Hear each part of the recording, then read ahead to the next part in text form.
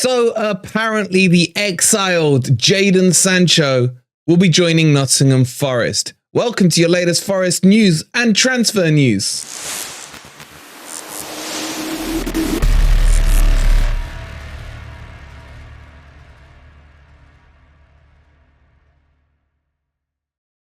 Good morning, evening, or night. Hope you guys are doing well, and welcome to your latest Forest, I can't believe I'm saying this, transfer news. In today's video, we're going to talk to you about Jadon Sancho. Will he, won't he be joining Nottingham Forest? We got news of Shelby leaving, Dennis and Biancone. Lots and lots of transfer details post the Premier League's transfer window closing. If you're enjoying the content, don't forget to hit that like button.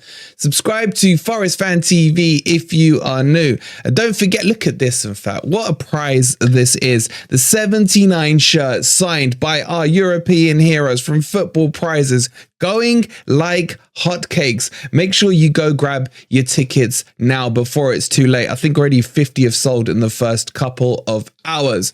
And don't forget, tonight it's a members only Gore stream kicking off this evening, and we'll be going through, well, just a laugh with you guys, the members. And finally, get your predictions in for the Predictor League. That, as always, will be at 4:45. All right, you're all up to date. Let's get into the news. All right, guys, so Jadon Sancho is leaving Manchester United, and apparently he's coming to Nottingham Forest. Let me give you the backstory before I give you the details. So there's been a turbulent period in Sancho's career, shall we say, under the tenure of Eric Seven Shags. And he has, well, if you go back to last season, he was exiled for 3 months, put on a special training camp to get him fitter, to get his mental state better, and then brought back into the fold over the summer, where he went away with Manchester United on their America trip, played as a false nine, was probably one of their better players, to be honest, and then roll on this season and Sancho not really getting the game time. Ten Hag then comes out in an interview after being asked, where is Jadon? And he says, he has not been training very well. I don't like him. He didn't say I don't like him, but words to that effect.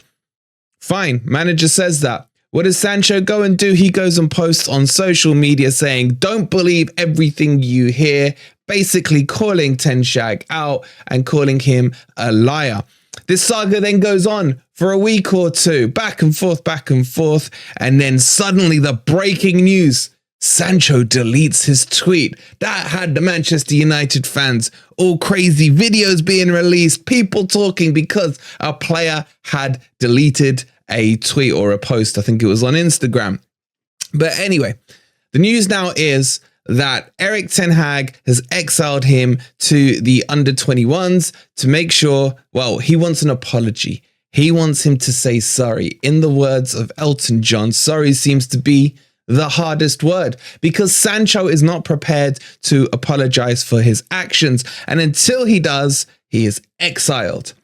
The rumors now that Sancho will be leaving Manchester United in January, be it on loan or be it as a permanent move elsewhere. And up steps the rumour mills and the links to Nottingham Forest. Why? Because as it seems with every young English player, they seem to have had some kind of connection with Steve Cooper in that World Cup winning team back in the day. So apparently because of that, Jadon Sancho will be a Red. And I'm saying absolute baloney to it. I really am. This is one of the dumbest links. I mean, it's even hitting the papers. Even, the credible Sun are reporting this. But let's just be straight and factual here for a second. One, Jadon Sancho is on 350k a week. Two, Jadon Sancho cost Manchester United 72 million. And three, if Eric Ten Hag is still in a job come the end of the season, that could be the miracle of all miracles in football, because he is an absolute charlatan, an absolute fake manager, going on some dumbass reputation from the Dutch league and buying players that he's only ever played with in the Dutch league or a Dutch, or in a very rare instance, this Rasmus Højlund that no one's heard about is the only player that hasn't been under him before that he's looked to buy. So If Ten Hag goes, the whole Sancho thing gets fixed. But more importantly, and more to the point, let's pretend he doesn't. Let's look at Sancho's wages, 350k. That would like break Forest bank to do that. Let's be realistic here. Let's have a look at the fee. Manchester United are not going to want to lose 72 million on yet another joke of a transfer. Look at the Maguire. Look at Sancho. Look at the fidget spinner.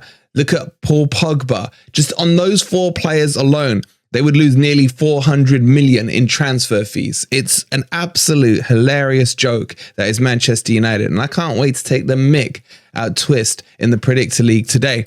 So, do I see him going on loan? Potentially. Potentially that could happen. Would it be to Nottingham Forest? I don't think so. I really don't. Look, think of all the deals we've tried to do with Manchester United. Ghana last summer. Henderson this year. Elanga. There's 1 or 2 others that were linked to Forest. Van der Beek was linked as well.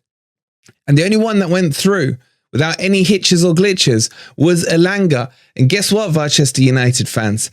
How badly would you cry out for Elanga now with that fidget spinner got down with his alleged assault charges? You've got Mason Greenwood gone to Getafe and now Sancho in the mud. Who does that leave you with? Palestri? Yeah, I know who I'd rather have. The complete mud of Manchester United. Dealing with them is an absolute pain in the ass. And I can't see this being serious. This is just paper talk. Take it as that.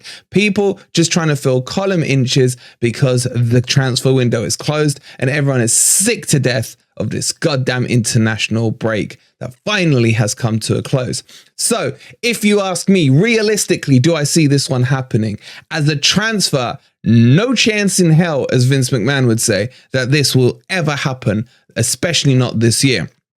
As a loan, there's a 5% chance, in my opinion. Why? Because Forest would ask Manchester United to pay at least 70% of those wages. And I don't know if they'd be willing to do that. Maybe the relationship has broken down so much that they just want him out the club. And that's what makes me give it 5% chance. But ask me realistically where Sancho will end up. And I wouldn't be surprised to see him going back to Dortmund. That would probably be the right fit for him. Now, is he a decent player is the question. He's had nearly 3 years at Manchester United, done F all, had 1 good game against Liverpool, I think it was, a couple of years back. And outside of that, done nothing. And the problem with him is he has some traits of Morgan Gibbs-White in terms of the skills, in terms of, finding a nice pass and these things. His biggest problem is he has no pace, man. I honestly think Ant is faster than him in a foot race because he's not fast at all. And if his work ethic is as bad as Eric Ten Hag claims it is, then why do we want him anywhere near the City ground? And the other point on this is you hear from the Forest fan base the same things over and over again. Oh, if Cooper gets hold of him, Cooper will fix him. Like Cooper can wave this magic fairy wand and just fix any player. Not true. That's not going to happen. Look, there's plenty of examples where we've had these outcasts come in and they haven't worked. Look at Lingard from last season, for example. Cooper wasn't able to fix him. So don't just expect it to happen. If this was a player who was a youngster, I know he's like 23, but I'm talking a youngster who's trying to break through and a reputation, maybe like a Callum Hudson-Odoi. That's the kind of player that you can take a risk on, as we have done this transfer window where it's only cost us 3 million. If Cooper can do his magic wand stuff as everyone claims he can, then that's a good move. If it doesn't work off, no big deal. It's only 3 million. But to bring in a Jadon Sancho, 350k, 72 million price tag, and expect Cooper to wave the wand, the risk is way, way too high. Would I take him at Forest? Yes, I would. More so because I feel we're lacking in wingers currently in the squad, but not because I think he can be fixed. But he may just need that move to change things around. But I'm telling you now, guys, if this happens, I would be completely shocked and baffled. But get your thoughts in on it down below. John Joe Shelby is leaving or has left Nottingham Forest to join Rizespor in Turkey. No idea if that's how you pronounce it. I'm sure you lot will correct me in the comments. And this is well overdue. The only problem is it's on a loan deal, so we're still stuck with Voldemort when he comes back at the end of the year. But hey, at least we're kicking the can down the road.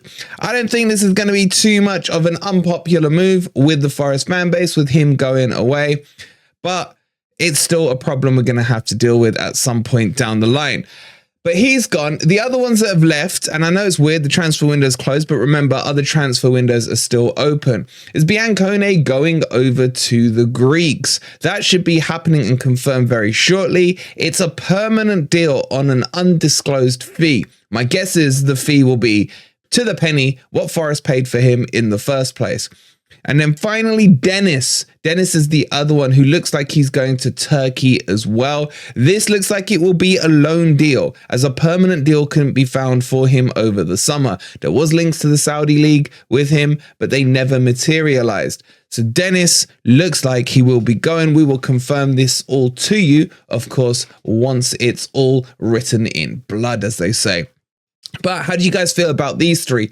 Would you have got rid of all these three? I feel Dennis personally and Biancone have been very harshly treated by Cooper. I think Dennis hasn't been given a chance. He's a proven Premier League player and goal scorer for Watford, and wasn't really, in my opinion, given a fair crack at the whip. Same with Biancone. Look, he had his ACL injury last year. He did look good, and I guess you can't really judge him on the pitch because he got, what, 15 minutes against Brighton, I think it was, away, and a few minutes away at Manchester City. Outside of that, he didn't get a chance before his ACL. So, is it fair to judge him either way? Probably not. The one I don't mind going is Shelvey. Obviously, after what happened at the Old Vole, that for me was the turning point with him. But get your thoughts in on those three. Answer me this question. Who would you have kept and who would you have got rid of? Maybe you would have got rid of all three. Let me know in the comments down below. All right, ladies and gents, that brings you up to date with your latest Nottingham Forest news. But fear not, we are back in a couple of hours with the Predict to Leave live for you guys. And we will follow that up with our members only Gore stream. So make sure you tune in for that tonight. I think it'll be about 8:30, 9 o'clock. Don't forget as well to go grab your beautiful, beautiful Forest 79 winning European shirt from our friends at Football Prizes, signed by the whole team. What a prize that is. We'll see you in a couple of hours. Don't forget, if you haven't already, to hit that like button. Subscribe to Forest Fan TV if you are new. Come on, you Reds.